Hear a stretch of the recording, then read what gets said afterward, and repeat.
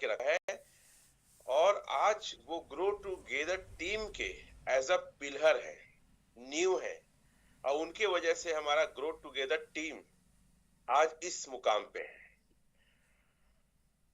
और जब भी कोई क्वेश्चन आता है तो वो घंटों रात रात को स्टडी करते हैं। और आज जो मेरा लेवल है, या मेरे डाउ अचीवर्स जो आज 45 पूरे इंडिया में है, महज 10 महीने में उनका बहुत बड़ा रोल और योगदान रहा है। लगातार उनके साथ मेरी बातचीत कई घंटों होती है, हम काफी सारे मीटिंग साथ लेते हैं। He is my little brother, अगर मैं कहूँ तो कोई आश्चर्य नहीं होगा। पेशे से वो फिजिक्स के प्रोफेसर हैं।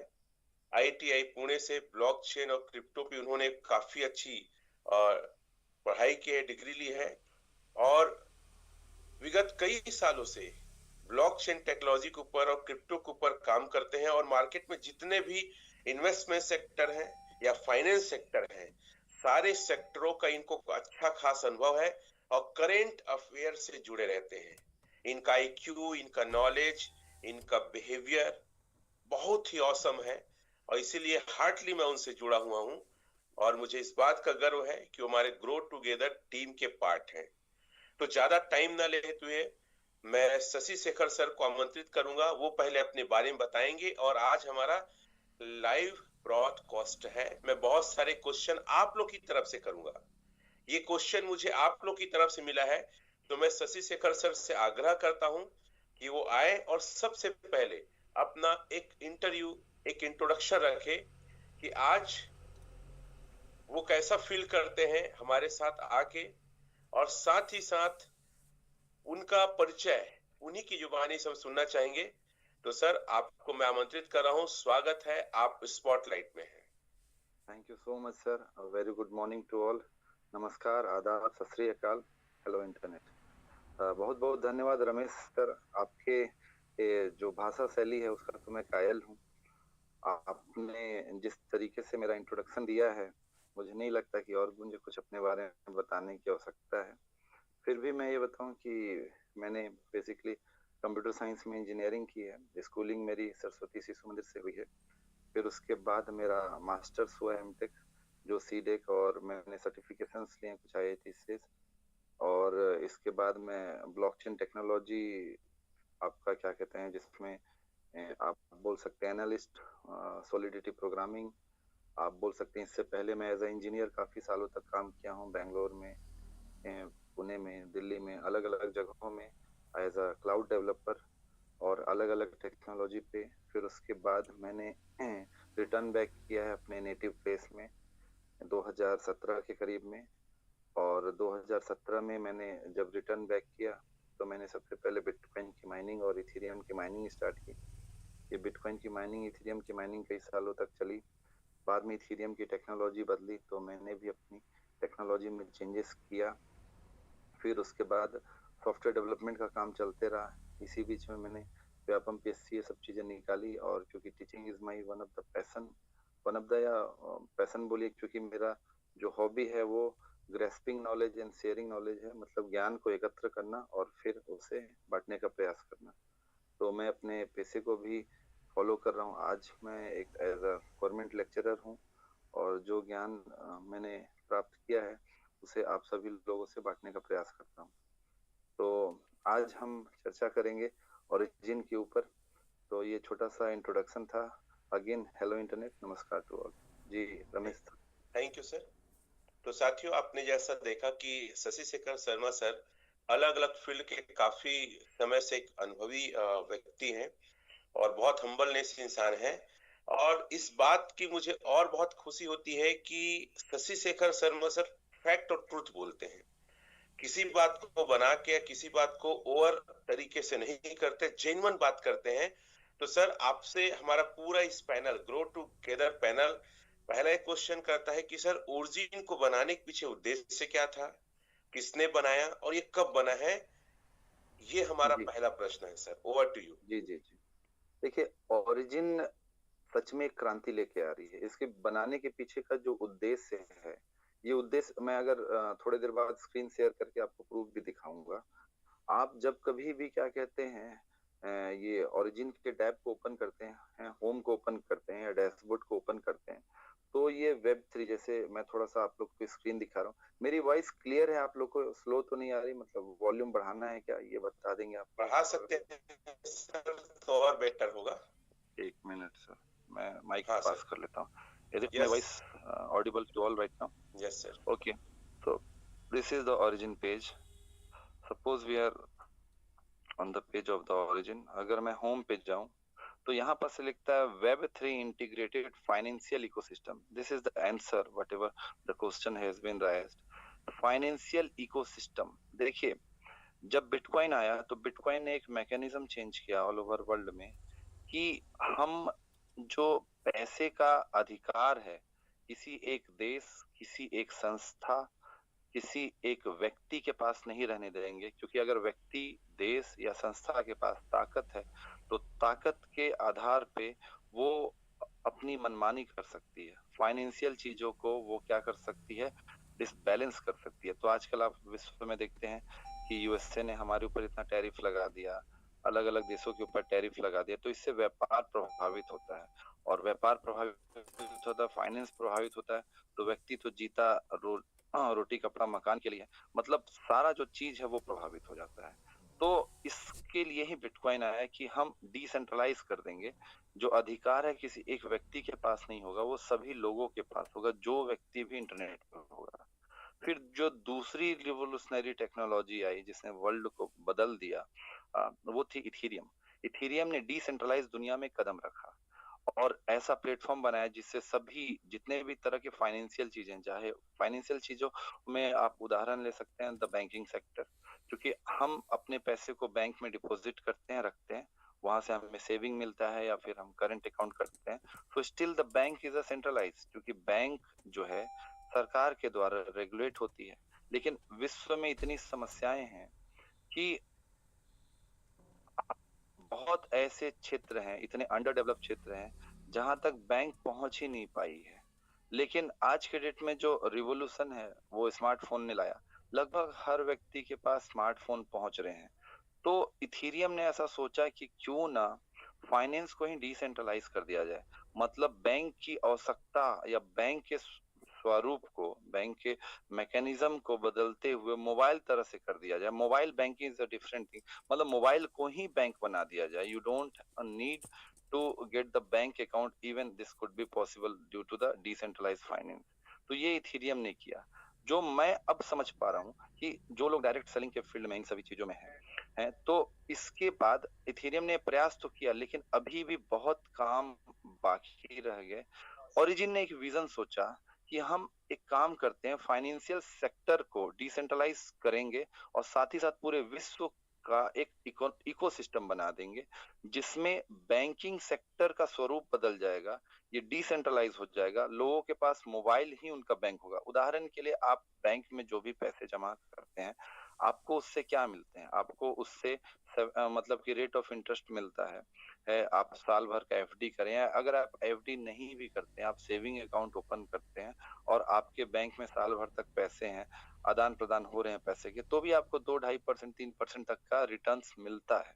तो ये बैंकिंग सिस्टम ने करके रखा है। लेकिन फिर वही है, बैंक सेंट्रलाइज है तो कभी कभी देश इकोनॉमी के हिसाब से इनके नियम हो जाते हैं, जैसे कि रेपो रेट का बढ़ जाना, घट जाना, या किसी तरह का स्कैम हो जाना। जैसे कि मतलब किसी प्रोजेक्ट पे बैंक ने पैसा दिया और वो प्रोजेक्ट स्कैम कर गया, देश से बाहर भाग गए कुछ लोग, तो ऐसे करके लोगों का पैसा जो है अटक जाता है या लोग ठगा हुआ महसूस करते हैं।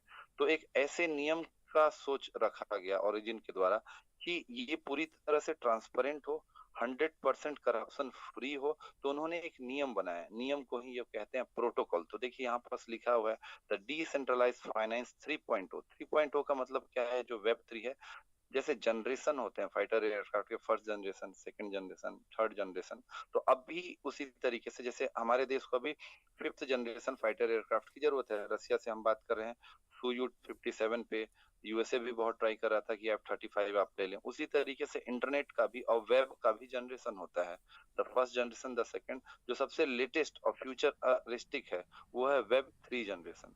तो यहाँ पास जो आपके सामने दिख रहा है वो क्या है? The DeFi 3.0 protocol.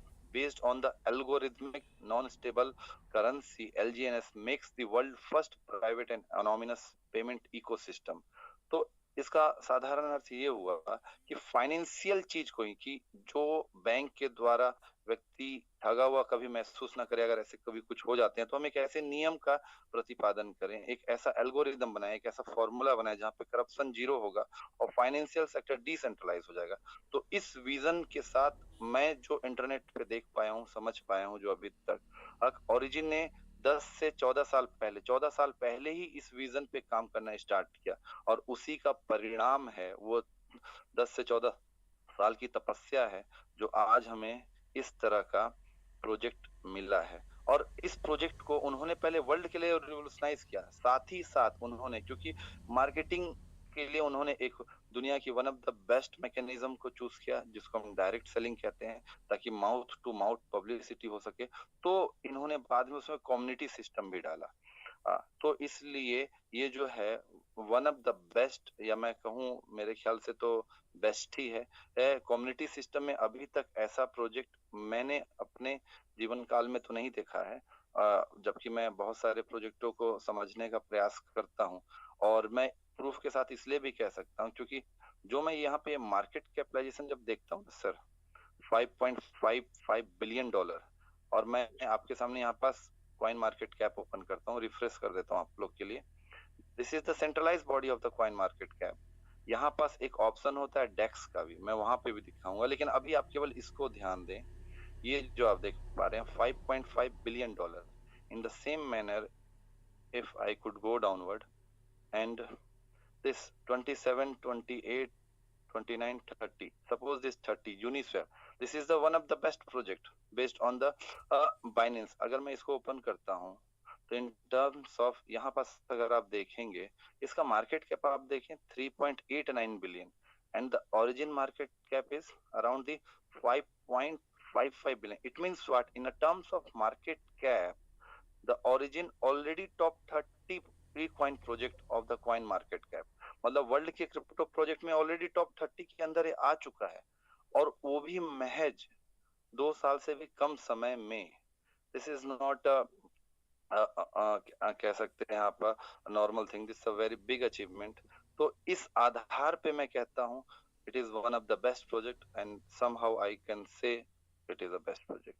तो ये विजन है कि वर्ल्ड को डिसेंट्रलाइज फाइनेंस की दुनिया में हम एक क्या कहते हैं, एक नियम ही देंगे जिससे पूरी वर्ल्ड में ट्रांसपेरेंसी आए, सभी लोग प्रोस्पेरस हो, सभी लोग के यहाँ लक्ष्मी का निवास हो और सभी लोग का जीवन स्तर उठ सके। तो मैं ये समझ पाया, इसलिए ओरिजिन है। धन्यवाद सर। Thank you sir. इसमें थोड़ा जुड़ा हुआ क्वेश्चन है कि किसने इसे बनाया है और कब बनाया है और ये कौन कौन लोग हैं जो क्रिएटर हैं, उस पर थोड़ा प्रकाश डालेंगे। जी जी, इसको भी देखने के लिए आप ओरिजिन के वेबसाइट पे जा सकते हैं और यहाँ पास एक ऑप्शन होता है मिंट। इस मिंट को ओपन करते हैं, यहाँ पास हमारे पास ए डाई का स्वैप ओपन करते हैं, तो यहाँ पास देखिए हमारे पास एक व्यू कॉन्ट्रैक्ट ऑडिट आएगा, इसको क्लिक कर लें, ये हमें सर्टिक के पास ले जाएगा। इसको थोड़ा समझेंगे, बहुत लोगों के मन में इस तरह के प्रश्न बहुत डाउट होते हैं। देखिए डिसेंट्रलाइज की दुनिया का अर्थ ये हुआ, हमें मैं इसे एक मंदिर के उदाहरण से समझाता हूँ। सपोज आपने एक मंदिर बनाया या, और उसके बाद क्या हुआ, मंदिर बहुत अच्छे से चल रहा है, लोग आ रहे हैं जा रहे हैं, आप मंदिर ले लीजिए, गिरजाघर ले लीजिए, आप मस्जिद ले लीजिए, आपकी जो भी इबादत का प्लेस है वो आपने बनाया।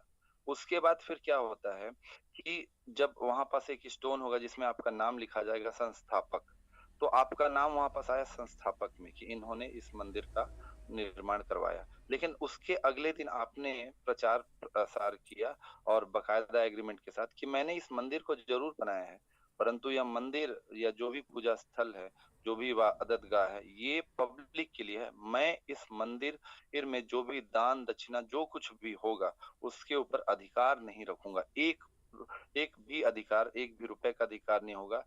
0 पॉइंट समथिंग या 1% जो भी आएगा वो इस मंदिर के डेवलपमेंट में होगा और उसके ऊपर भी मेरा अधिकार नहीं होगा। वो आपके सामने होगा, वीडियो के द्वारा होगा, और कहाँ पैसे जाएंगे जिसके ऊपर से मतलब प्री डेवलपमेंट हो सके।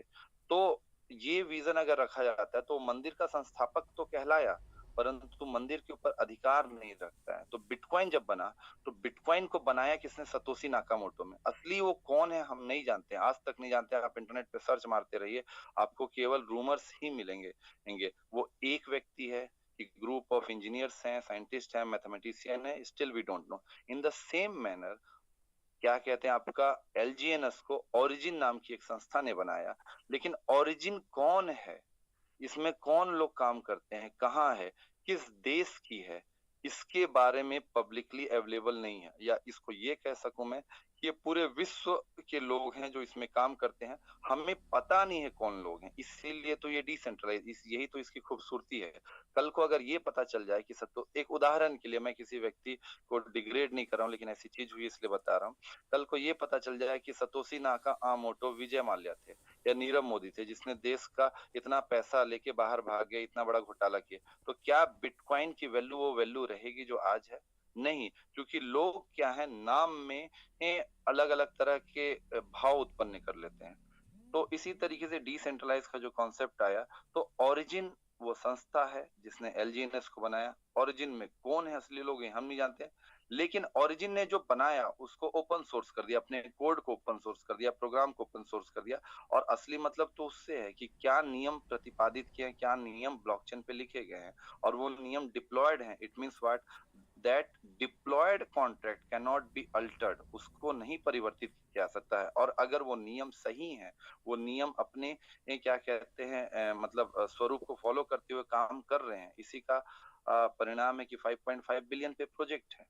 तो origin is organisation, but decentralise organisation, जिसने एलजीएनएस बनाया, स्टेबल कॉइन ए बनाया, बाद में अनूबी फाउंडेशन के साथ इनका टाई अप है, अनूबी कॉइन आएगा।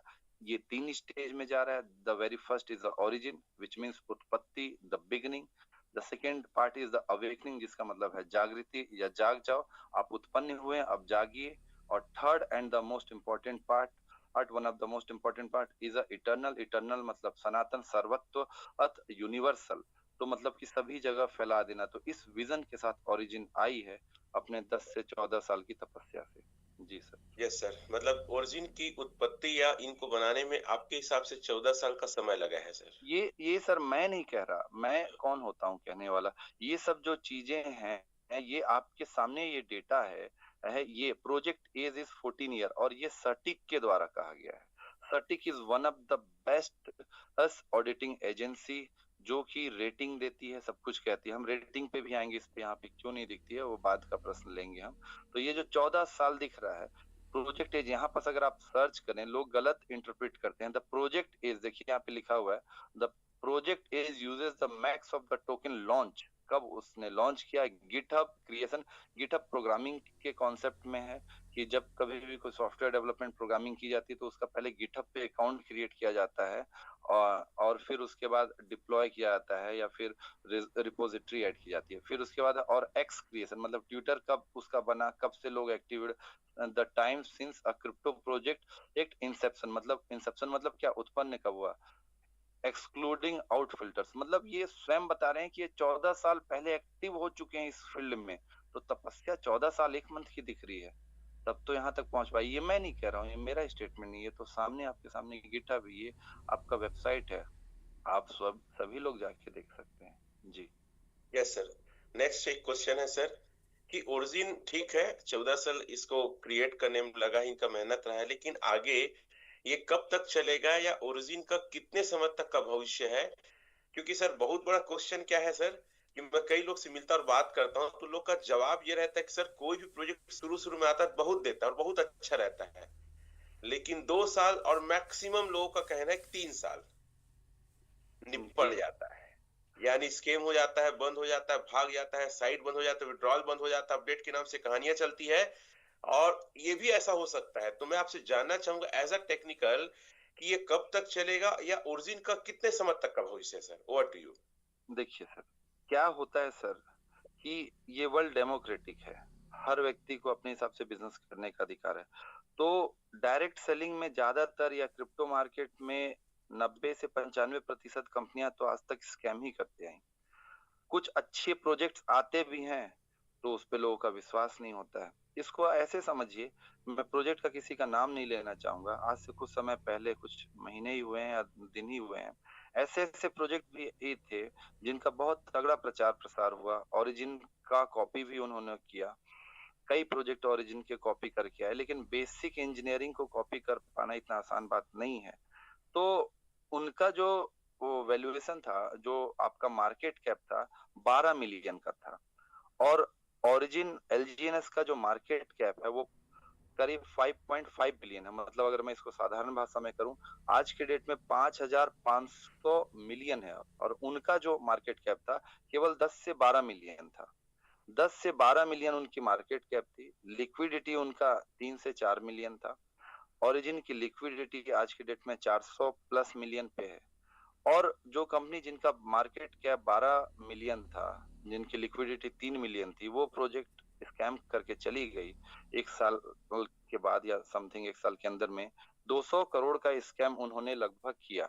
अब एक बात समझिए कि और ओरिजिन के पहले भी आए थे और ओरिजिन का कॉपी भी किया था। अब आप ये समझें कि अगर ओरिजिन को स्कैम करना हो, मतलब अगर मैं नॉन टेक्निकल बोलूं, टेक्निकल पे तो अभी आऊंगा, तो स्कैम करने के लिए 10 मिलियन और का प्रोजेक्ट जिसने 200 करोड़ का स्कैम किया, और यहाँ पास 5,500 मिलियन, मतलब कोई कंपैरिजन आप समझ रहे हैं? अगर स्कैम करना हो तो ये 14 साल की तपस्या करेंगे, और उसके बाद क्या कहते हैं, ये 10 मिलियन तक जब पहुंचे, जब शुरुआत के ही कुछ दिनों में 10 मिलियन पे पहुंच गए, तो उस समय भी स्कैम करते तो इनके इंजीनियर्स डेवलपर को कम से कम 500 करोड़ मिल जाते। तो ये अलग विजन से है। दूसरी बात ये है कि जिस हिसाब से इनका विजन है, मेरा ये मानना है कि ये प्रोजेक्ट, मैं जो अपना कैलकुलेशन कर पाया हूँ, जो जितना मुझे आता है और जो मैं सीखने का लगातार प्रयास कर रहा हूँ, ये नेवर एंडिंग प्रोजेक्ट है। मुझे लगता है ना के बराबर संभावना है कि ये प्रोजेक्ट डाउन हो और इनके लोग रुकें, क्योंकि इनका जो विजन है वो डिजिटल सिविलाइजेशन की ओर है, डिजिटल ट्रिलॉजी के ऊपर है। तो ये जो लोग इसमें आ चुके हैं वो खुशकिस्मत समझें कि हमको इतना अच्छा प्रोजेक्ट मिल चुका है। इट कुड बी और most probably it is, I think so, वो कि ये नेवर एंडिंग प्रोजेक्ट है। 100% में सही नहीं हो सकता, कल को परमाणु युद्ध हो जाए तो 1% का संभावना मैं अलग रखता हूँ, लेकिन मेरे हिसाब से 99% संभावना है कि ये नेवर एंडिंग प्रोजेक्ट है और ये हटेगा नहीं। एक और बात बोलना चाहूंगा रमेश सर मैं, कि आप ये समझें कि 2 महीना चलेगा, 3 महीना चलेगा, उसके बाद भाग जाएगा। 2 साल हो गया प्रोजेक्ट, अब भागने का एज है। आप स्वयं इतना, आपने मुझे प्रोजेक्ट बताया था तब मैं समझा था इस प्रोजेक्ट को। आप ये बताइए, जब से आपसे मैं जुड़ा हूँ और जब से आपको मैं थोड़ा सा जो भी मुझे ज्ञान है मैं दिखा पा रहा हूँ, आपने कब इस प्रोजेक्ट का मार्केट कैप डाउन होते हुए देखा है? लगातार आपने लिक्विडिटी बढ़ते हुए देखा है। तो अगर डायरेक्ट सेलिंग के लैंग्वेज में बात करूं कि लोग बोलते हैं कि आने का समय है, घुसने का समय है, कि निकलने का समय, निकलने का तो समय इसमें कभी दिखता ही नहीं है मुझे। हाँ, जब देखो तब मार्केट कैप बढ़ता है इसका। हाँ, 2 साल हुआ 5,500 मिलियन पे है, पता नहीं अगले 2 साल में, 5 साल में अभी ये टॉप 30 के अंदर में है, हो सकता है टॉप 5 में ही आ जाए, पूरी पूरी संभावना है। This could be the never ending project. तो आप सभी चैट में लिख सकते हैं, origin is the never ending project. Sir एक छोटा सा क्वेश्चन और है कि लोग अलग अलग तरीके से क्वेश्चन कर रहे हैं, तो आप बहुत अच्छे से जवाब दे रहे हैं, इसके लिए धन्यवाद। और मैं आप सभी लोग को बता दूं, ग्रो टुगेदर टीम का मिशन है लोगों को स्कैम से बचाना, राइट क्रिप्टो ब्लॉकचेन और डिजिटल एसेट्स के बारे में एजुकेट करना। और शशि सर बहुत ही ज्यादा डीप स्टडी करके बातों को रखते हैं। इनकी एक बात अच्छी लगती है, कहते हैं कि मैं कभी भी गलत बात नहीं कहूंगा। तो सर एक क्वेश्चन है कि हमारे पैसे कितने सुरक्षित हैं, इतना पैसा कहां से दे सकता है, इसका जनरेशन फॉर्म क्या है, जी, हमेशा दे पाएगा? जी yes sir, what you? Sir, इसमें 2-3 प्रश्न है और ये आसान प्रश्न नहीं है, कॉम्प्लिकेटेड प्रश्न है। तो मैं इसमें आपसे थोड़ा और ज्यादा समय मांगूंगा और मैं फिर से स्क्रीन शेयर करूंगा। स्क्रीन शेयर हो तो आप बताएंगे? आप लोगों को स्क्रीन दिखने लगी यस होगी सर। मेरे ख्याल से। अब थोड़ा सा इसको समझते हैं सर। देखिए, ये व्हाइट पेपर पे आते हैं हम लोग। ये ये व्हाइट पेपर है ओरिजिन की, जिसमें ओरिजिन कॉन्ट्रैक्ट इकोनॉमिक्स लिखा हुआ है, eternal coordination theory, the relationship between the real economy and digital economy, the game theory, the social, ये सब चीजें मैं आपको एज अ रेफरेंस बता रहा हूँ, क्योंकि अभी मैं इसको समझाऊंगा, ये सब कॉम्प्लिकेटेड है।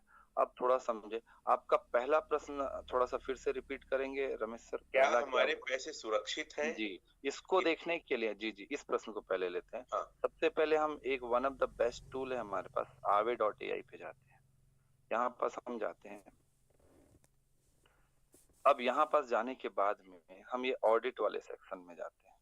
ऑडिट वाले सेक्शन में जब हम जाते हैं तो यहाँ पास हमको दिखता है टॉप 10 हमारे पास रेशियो एक्सक्लूड, हमारे पास ब्लैक होल, मतलब जिसमें ब्लैक होल एड्रेस नहीं होंगे, बाकी चीजें होंगी, ब्लैक होल एड्रेस इधर साइड होंगे।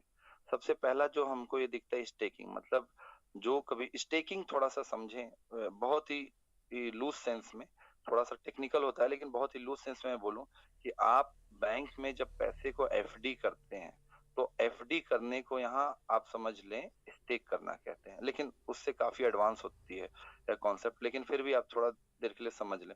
जब आप स्टेक करते हैं पैसे को तो 1 साल के लिए, उदाहरण के लिए आपने एफडी किया, तो 1 साल बाद अगर 7% का रेट ऑफ इंटरेस्ट है तो 1 साल बाद आपने 1 लाख रुपए अगर डाला तो आपको 1,07,000 रुपए मिलेगा। तो प्रश्न तो ये स्वाभाविक सा आएगा कि 7,000 रुपए कहाँ से एक्स्ट्रा आ गया, हम अभी बात करेंगे। तो यहाँ पे एफडी करना मतलब स्टेक करना, तो यहाँ पास भी स्टेक किया जाता है, और ये कोई नया कॉन्सेप्ट नहीं है, इथेरियम ने इस कॉन्सेप्ट को स्टार्ट किया। इथेरियम की एल्गोरिदम ही है POS, proof of stake. Polygon भी उसी एल्गोरिदम पे काम करती है और ओरिजिन भी उसी एल्गोरिदम पे काम करती है, क्योंकि ओरिजिन अभी के डेट में किस ब्लॉकचेन पे डिप्लॉयड है? पॉलीगॉन पे। पॉलीगॉन किस पे डिप्लॉयड है? इथेरियम पे। तो अल्टीमेटली जो ओरिजिन है वो इथेरियम को ही फॉलो करती है इथेरियम के कॉन्सेप्ट को फॉलो करती है, लेकिन उससे कहीं गुना एडवांस कॉन्सेप्ट के साथ और कई सारे नए कॉन्सेप्ट के साथ में, जो हम बाद में देखेंगे। तो हमारे पैसे सुरक्षित हैं कि नहीं, इसको जानने के लिए ये देखिए 2 तरह से चीजें होते हैं। थोड़ा सा हम ओरिजिन के इस पे आते हैं, वेबसाइट पे आते हैं। जब हम यहाँ पास आते हैं डैशबोर्ड पे तो हमारे पास ये कुछ दिखता है, risk free value of treasury asset. फिर उसके बाद जब हम स्टेक पे जाते हैं तो यहाँ पास हमको ये जो भी इस अकाउंट में है स्टेक ये दिखता है हमें कि कितना स्टेक है। मतलब कि आप बात समझें कि 2-3 तरह की चीजें, एक है ट्रेजरी और एक है लिक्विडिटी पूल। ध्यान से समझिएगा, इसको आप पेन कॉपी ले सकते हैं क्योंकि ये कॉम्प्लिकेटेड होने वाला है। अब यहाँ पास जब आगे पे फिर से आए तो आप तीसरे नंबर पे देखें, ये है एलपी। इसको मैं थोड़ा सा बड़ा कर देता हूँ आप लोग के लिए। ये देखिए एलपी, लिक्विडिटी पूल। इसको फिर से समझते हैं। लिक्विडिटी पूल का अर्थ ये है, इसको मैं नॉन टेक्निकल में समझाऊंगा, पहले टेक्निकल समझे। लिक्विडिटी पूल वो है जो एलजीएनएस के बाय सेल के मैकेनिज्म को कंट्रोल करती है, जिसके आधार पे हम कह सकते हैं कि एलजीएनएस में ट्रेडिंग होती है। अब यहाँ पास ये एलजीएनएस ऑब्लिक डाई है, इसको मैं अभी क्लिक करता हूँ। पहले पहले थोड़ा सा ये देख लेते, उसके बाद ये एलपी क्या होती है, कैसे काम करती है वो समझेंगे। तो हम जैसे ही ये क्लिक किए ये पॉलीगॉन के ब्लॉकचेन पे चली गई, मतलब कि मोस्ट ऑथेंटिक चीज पे चली गई। जब हम यहाँ पास जाते हैं तो यहाँ पास देखते हैं कि ओरिजिन डिप्लॉय, डिप्लॉयर मतलब जिसने डिप्लॉय किया 1 साल 233 दिन पहले इन्होंने इस पे डिप्लॉय किया था। ये टोकन ट्रैकर है। ये सब क्या है सब मैं समझाऊंगा, अभी आपके रेफरेंस के लिए मैं बस दिखा रहा हूँ। अब यहाँ पास यूनिसेफ V2 पेयर, यूनिसेफ मतलब डिसेंट्रलाइज एक्सचेंज, उसके ऊपर इन्होंने एलजीएनएस और डाई का पेयर को रखा है। ये कैसे पता करेंगे कि एलजीएनएस और डाई का पेयर रखा है? हम यहाँ पे होल्डिंग्स में जाते हैं, ये सब बहुत सारे लोग जानते भी होंगे, व्यू ऑल होल्डिंग्स में जाते हैं। तो यहाँ पास हमको दिखता है कि यहाँ पास एलजीएनएस है और यहाँ पास डाई है। अब एक हम काम करते हैं,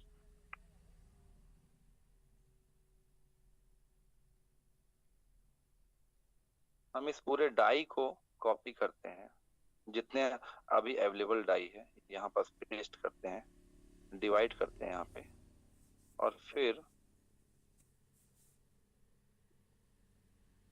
ये जितने यहाँ पास हमारे पास एलजीएनएस पड़े हैं इसको भी कॉपी करते हैं और इसको डिवाइड कर देते हैं।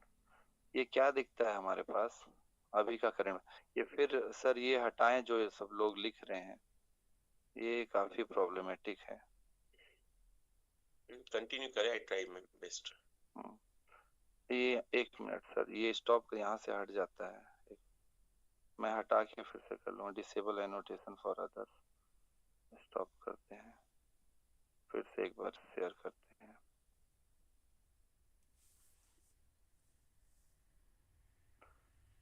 तो देख पा रहे होंगे आप लोग स्क्रीन कि ये करंट प्राइस निकल गया। ये प्राइस कहाँ से निकला? ये प्राइस आपके ब्लॉकचेन से निकला, और इसी ब्लॉकचेन से यहाँ पास अगर आप थोड़ा अच्छे से देख सकें, एक सेकंड,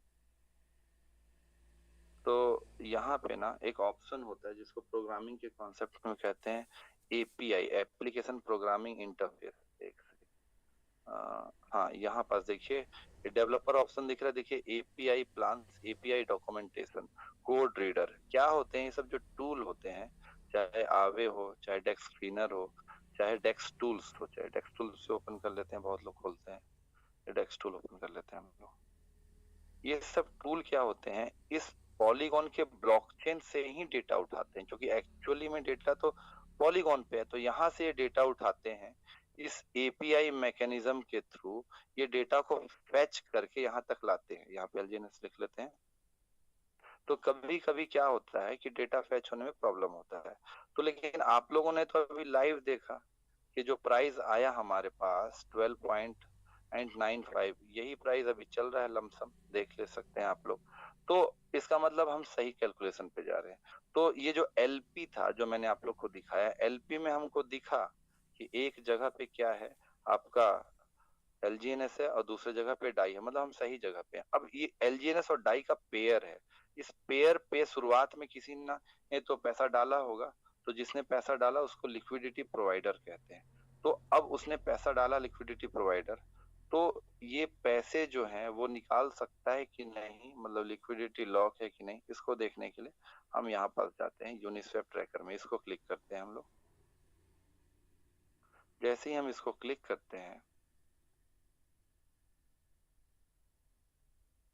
पॉलीगॉन का ब्लॉकचेन ओपन होने दें, ये हमारे सामने ओपन हो गया। अब ये हमको क्या दिख रहा है कि ये कॉन्ट्रैक्ट है, it is not a address, sorry, ये the wallet address, it's a contract address. और कॉन्ट्रैक्ट एड्रेस में ये प्रोटोकॉल लिखा हुआ है, कोड लिखा हुआ है। अब इतने सारे कोड, अब ये कॉम्प्लिकेटेड है, इतना आसान नहीं है समझ पाना, बट जो स्मार्ट मतलब कि जो लिक्विडिटी है स्मार्ट कॉन्ट्रैक्ट में लॉक है, यहाँ से पता चलती है लॉक है कि नहीं। कुछ लोग बोलते हैं कि सर वो तो बहुत सारे प्रोजेक्ट्स जो हैं स्मार्ट कॉन्ट्रैक्ट में भी डाल देते हैं, लेकिन जो कोड लिखा हुआ होता है उस कोड के आधार पे पता चलता है कि वो लिक्विडिटी लॉक है कि नहीं।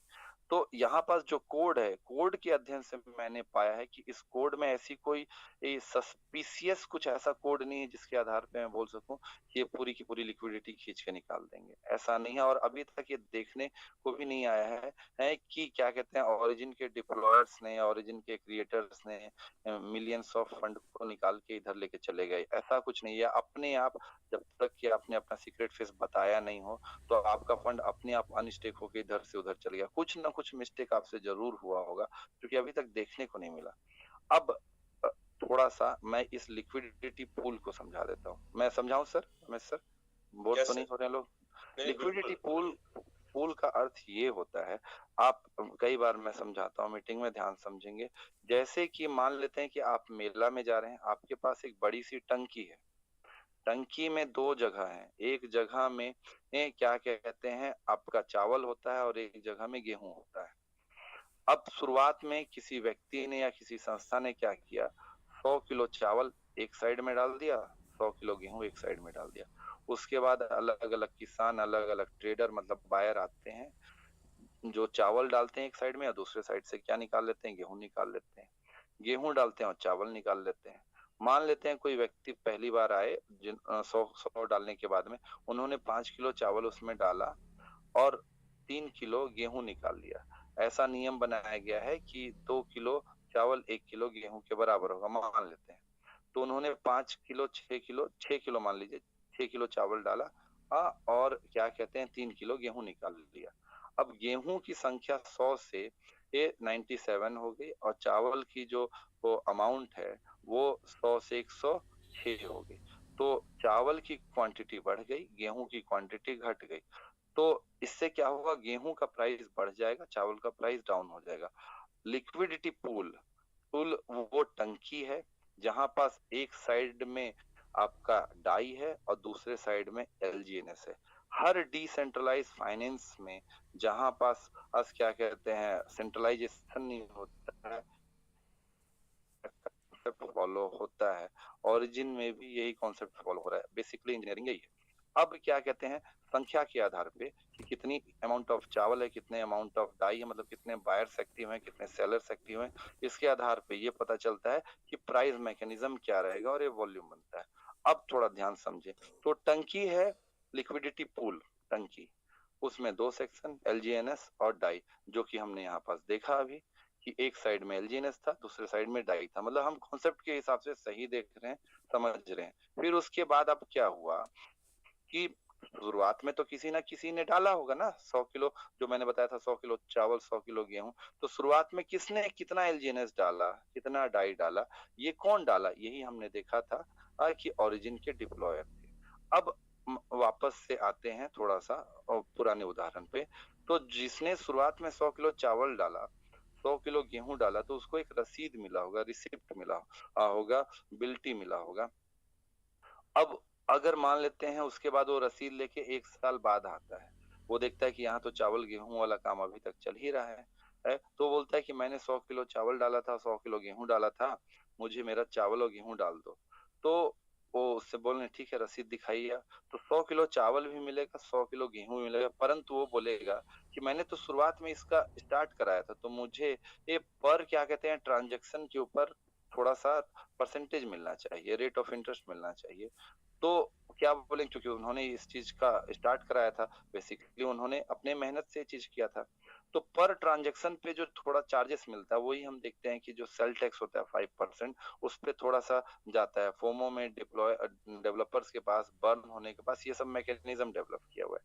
तो कल को जो इसके पास रसीद है वो तो अपना निकाल सकता है, बिल्कुल निकाल सकता है, इसको बोलते हैं, इसका मतलब लिक्विडिटी लॉक नहीं है। लेकिन यहाँ पास ओरिजिन ने बड़ा अच्छा दिमाग लगाया कि कल को जिन्होंने शुरुआत में पैसे डाले थे वो खुद ओरिजिन के डिप्लॉयर हो सकते हैं या शुरुआत के इन्वेस्टर हो सकते हैं, उन लोग ना निकाल लें, तो उनकी उनके रसीद को इन्होंने क्या कर दिया, लॉक कर दिया। एक अलमारी बनाया था, और उसमें अलमारी के अंदर उन्होंने उस रसीद को रखा, लॉक को करके चाबी को फेंक भाग दिया। और दूसरा मैकेनिज्म ये बनाया कि वो रसीद जो है उसी को जला दिया। तो अब सामने वाला व्यक्ति अगर पता भी है कि ये संस्थापक है मंदिर का, जो मैंने उदाहरण दिया था, कल को बोले कि ठीक है आप मुझे दान पुण्य का पैसा दे, तो क्या बोलेंगे, आपने तो एग्रीमेंट साइन किया हुआ था और आपके पास रसीद कहाँ है, ठीक है आप संस्थापक थे लेकिन आपके पास एग्रीमेंट नहीं, आप ही के बनाए हुए नियम सब सर्वसहमति से पास हुआ है, अब हम आपको कुछ नहीं दे सकते, ये तो विश्व कल्याण समाज कल्याण के लिए है। तो ओरिजिन ने ये बनाया, ओरिजिन ने ये डिप्लॉय किया, और उसके बाद जो लिक्विडिटी प्रोवाइड की, वो लिक्विडिटी को लॉक करवा दिया हमेशा के लिए स्मार्ट कॉन्ट्रैक्ट में, कुछ को बर्न करा दिया, तो अब चाह के भी नहीं निकाल सकते हैं। तो इनकी मंशा इतनी साफ थी, क्योंकि मैंने आपको शुरुआत में बताया ओरिजिन 10 से 14 साल की तपस्या है, तो क्योंकि ये वर्ल्ड को डिसेंट्रलाइज कर रहे हैं, तो कल को इनकी मंशा भी ना बदल जाए कि हमारा प्रोजेक्ट तो बिलियंस में चला गया, तो इन्होंने इस तरह का सिस्टम बनाया।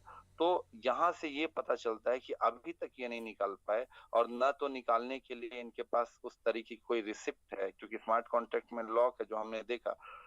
तो इसके आधार पे मैं ये बोल सकता हूँ कि ये प्रोजेक्ट सेफ है। अब जो लोग बोलते हैं कि सर ये 90% स्टेकिंग में है, अब एक बात बताइए, बैंक में आप पैसा डालते हैं, उदाहरण के लिए हमारे देश का सबसे बड़ा, आपका जो दूसरा प्रश्न था, हमारे देश की सबसे बड़ी बैंक है एसबीआई।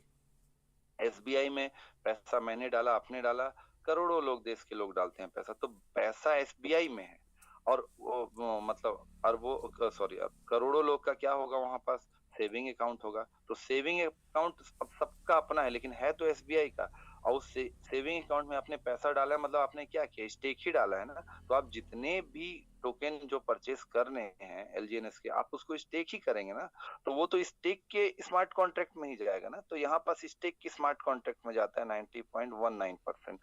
तो अब ये स्टेकिंग का स्मार्ट कॉन्ट्रैक्ट जो है, ये आपका स्मार्ट कॉन्ट्रैक्ट है, प्रोटोकॉल लिखा हुआ है। यहाँ से जैसे कि आपका सेविंग अकाउंट है, आपके पैसे हैं, तो कोई दूसरा व्यक्ति निकाल लेगा बिना आपके क्रेडेंशियल के, तो यहाँ से भी वो नहीं निकाला जा सकता। ये भी एक कॉन्ट्रैक्ट है। अब कुछ लोग बोलेंगे ये कॉन्ट्रैक्ट दिखता क्यों नहीं है? ये कॉन्ट्रैक्ट दिखता है, लेकिन ये मशीन लेवल के कोड में। चाहे तो अगर मैं प्रोग्रामिंग आपको दिखाऊं, तो मैं इसको डीकंपाइल कर सकता हूँ बाइट कोड को। बाइट कोड कंप्यूटर साइंस का कॉन्सेप्ट है, जो लोग इस फील्ड के होंगे वो समझते होंगे। क्या होता है कि अगर मान लेते हैं कि उदाहरण के लिए अमेरिका ने F-35 की टेक्नोलॉजी का फाइटर एयरक्राफ्ट बनाया, तो उसको बनाने के लिए उसको बिलियंस ऑफ डॉलर लगे हैं, तो क्या उसको ओपन सोर्स कर देगा सबको दिखाने के लिए? दिखाने वाली चीजें जो है वो दिखा रहा है, तो ओरिजिन भी दिखाने वाली चीजें सब कुछ को दिखा रही है। उन्होंने इतनी तपस्या से इस कोड को जो बनाया, तो क्या उसको ओपन कर दे सबके सामने? ओपन कर देंगे तो 10 इसके कॉपी बनेंगे, हैकिंग का प्रयास किया जाएगा with the help of quantum computing, या फिर बहुत सारे लोग कॉपी बना बना के झूठ मूठ कबूल की ओरिजिन तरह का है, जो कि हुआ भी है, और फिर स्कैम करेंगे। तो इन्होंने कोड बनाया, कॉन्ट्रैक्ट भी दिखाया, बट कॉन्ट्रैक्ट को कोड को ओपन नहीं किया, लेकिन फिर भी डीकंपाइल करके आप कर सकते हैं। If you know how to decompile, how to read the code, तो आप सम हाउ इसको पढ़ सकते हैं, समझ सकते हैं, लेकिन आपको काफी लेवल की इंजीनियरिंग लगानी पड़ेगी। आपको कॉन्सेप्ट ये डीकंपाइल होकर कोड आ गया, मैंने आपके सामने दिखाया। तो अब ये स्मार्ट कॉन्ट्रैक्ट में है। अब स्मार्ट कॉन्ट्रैक्ट में है, जैसे कि एसबीआई का सारा पैसा आप लगाएं चाहे मैं लगाऊं, तो एसबीआई में ही जा रहा है ना, तो यहाँ पे स्टेक करेंगे तो स्टेकिंग में जाएगा। ये साधारण सा बात है। 90.19% जो है स्टेकिंग के कॉन्ट्रैक्ट में है। लोग क्या सोचते हैं कि ये तो एड्रेस में, अरे एड्रेस में होता तो 5,500 मिलियन पे जाते लोग, कब का स्कैम कर चुके होते लोग। आपके दूसरे प्रश्न का उत्तर, तीसरा प्रश्न क्या पूछा था सर आपने? ये इतना पैसा कहाँ से देता है, जनरेट कहाँ से करता है? ये बहुत ही तगड़ा प्रश्न है, इसको ध्यान से समझें।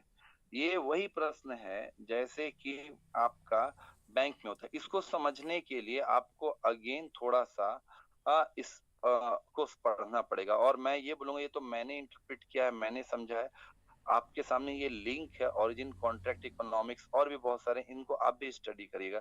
चलिए मैं आप लोग के लिए थोड़ा समझाता हूँ। देखिए, पैसे, पहली बात तो ये समझिए, ये पैसे नहीं देता है आपको, ये टोकन देता है।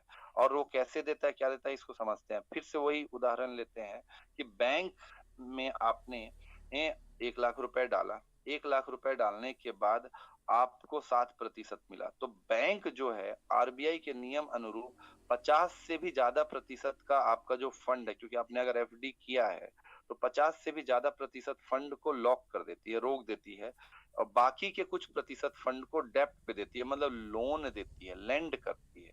ये है जहां से उसको कुछ पैसे मिलते हैं, और बहुत ही थोड़े पैसे को वो किसी और प्रोजेक्ट में लगाती है।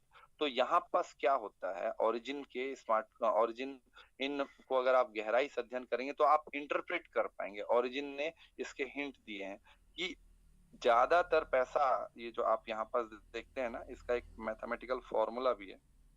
हम वापस से ओरिजिन में आते हैं, एक सेकेंड, कि ये जो आप देख रहे हैं ना ट्रेजरी, तो हटाते हैं थोड़ा।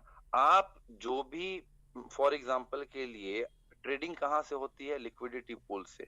फॉर एग्जांपल के लिए ट्रेजरी में ये लिखा हुआ है, मतलब ओरिजिन के मतलब व्हाइट पेपर में ये लिखा हुआ है कि एक एलजीएनएस एक डाई से बैक्ड है। मतलब एक एलजीएनएस की असली प्राइस जो है 1 डाई है, 1 डाई से वो नीचे नहीं जाएगी। बाद में बताएंगे कि क्या होगा अगर उस तरह का चीज हो जाए।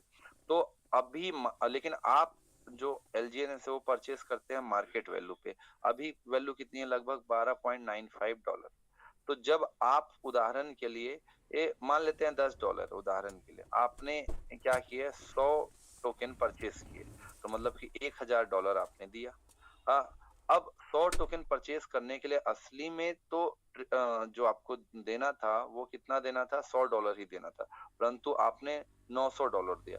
तो एक मैकेनिज्म डेवलप है ओरिजिन के द्वारा, क्योंकि ये रेट का, फंड का एक ही मैकेनिज्म नहीं है इनके पास, कई सारे मैकेनिज्म, लिटरली कई सारे मैकेनिज्म है, जिसमें एक दो मैं आपको बताता हूँ।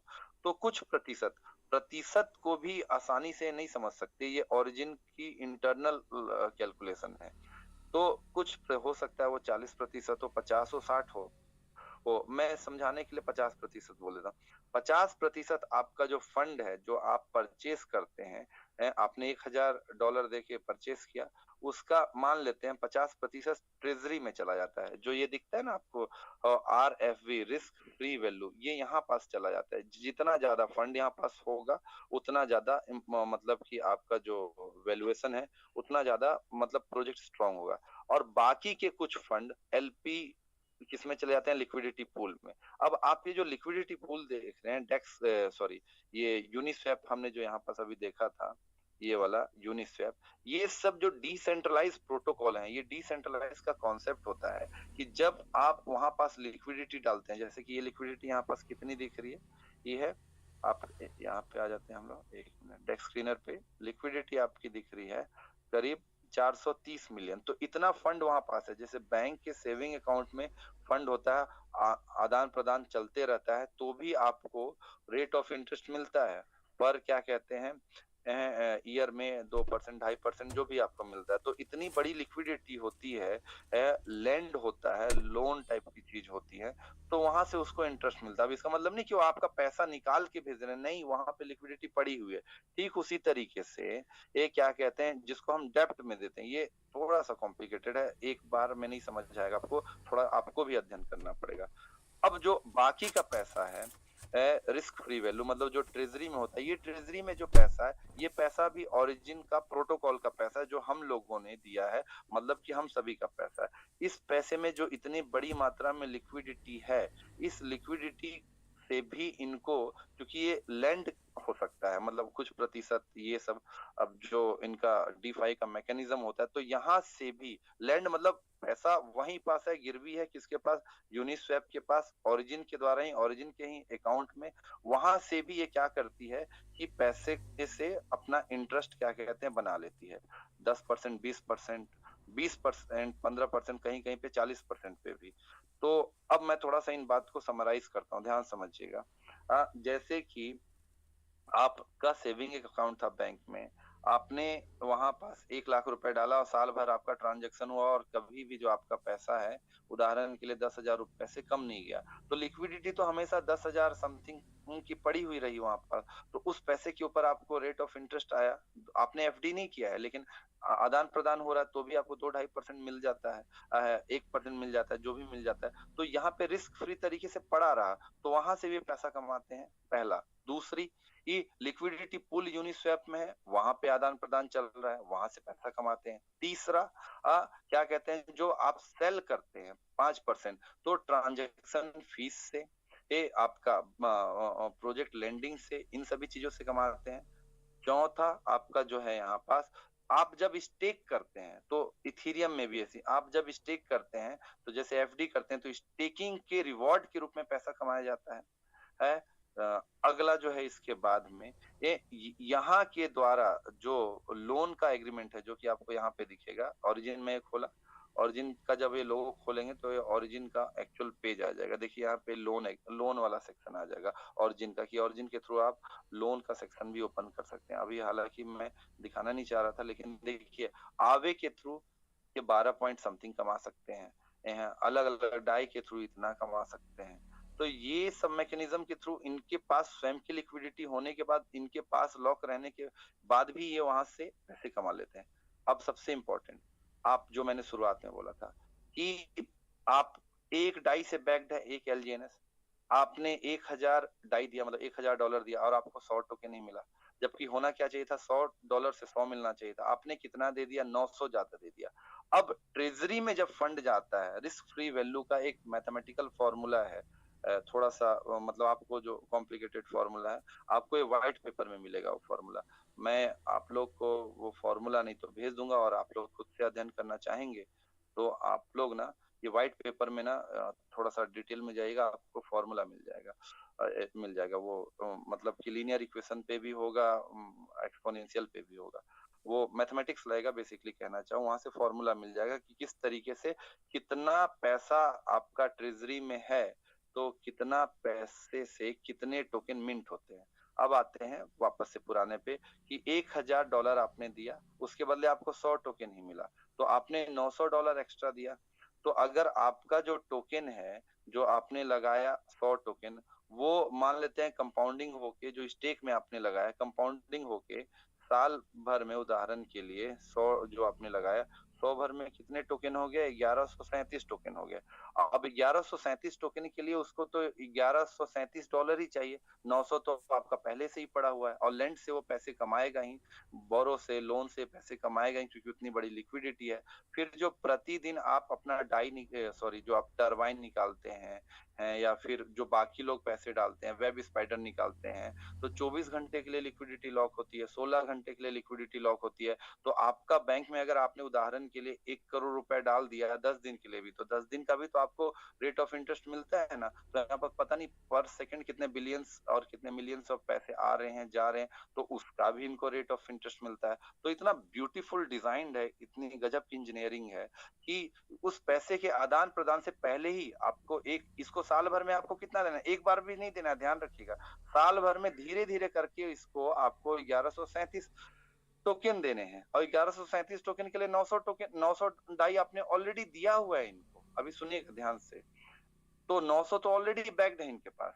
अब सुनिएगा, और ये साल भर में देने, तो साल भर में आपके 900 डॉलर से ये कितना बना लेगा प्लस। तो बोलेंगे सर हमको तो पैसा तो वो जो उस समय का करंट प्राइस है उसके हिसाब से मिलता है। तो करंट प्राइस के हिसाब से जो आपको पैसा मिलता है वो काम ट्रेजरी का नहीं, वो काम लिक्विडिटी पूल का है। कहाँ गया लिक्विडिटी पूल? 1 मिनट। ये लिक्विडिटी पूल मतलब आपको पैसा ओरिजिन एक्चुअली में दे ही नहीं रहा है ना। यहाँ हो क्या रहा है देखिए, एक व्यक्ति ने 12.95 डॉलर पे 7.57 एलजीएनएस बाय किया, तो किसी व्यक्ति ने बेचा है, किसी के वॉलेट से गया है, तो buy and sell liquidity pool से हो रहा है, वो तो आपको टोकन दे रहा है। और मैथमेटिकली ओरिजिन एकदम सही है। पैसा हम डिसाइड कर रहे हैं, प्राइस मार्केट डिसाइड कर रहा है। अब ये चीज तो बिटकॉइन में भी हो रहा है। कोई एक व्यक्ति ने, बाइनेंस है हमारे पास, किसी एक व्यक्ति ने 1,11,477 डॉलर पे बाय किया, किसी व्यक्ति ने बेचा, तो पैसा तो एक्चुअली दूसरे से इधर आया, और आपके पैसे ट्रेजरी में जाके, लिक्विडिटी पूल में जाके, लैंड होके, डेप्थ में जा आके पैसा बढ़ गया, और उसने टोकन दिया, और वहां से भी वो कई गुना अच्छा मतलब कि ये रेट ऑफ इंटरेस्ट कमा लिया। फिर साल भर में दे रहा है, साल भर में पैसे अच्छे खासे हो गए। जैसे आप म्यूचुअल फंड में साल भर, 2 साल, 5 साल रखेंगे तो ग्रो होगा।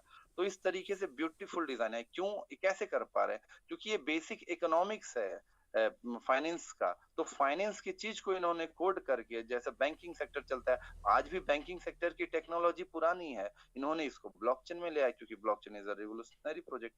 इस हिसाब से पूरा रेट का मैकेनिज्म चल रहा है। अगर बहुत डीप में समझना है तो फाइनेंस को भी समझे, प्रोग्राम को भी समझे, मतलब थोड़ा सा कोड को भी समझे, एंड मोस्ट इंपॉर्टेंट जो इन सब का बैकबोन है, मैथमेटिक्स को समझे। आपको आपके प्रश्न का डीप में आंसर मिल जाएगा। जी रमेश सर, धन्यवाद।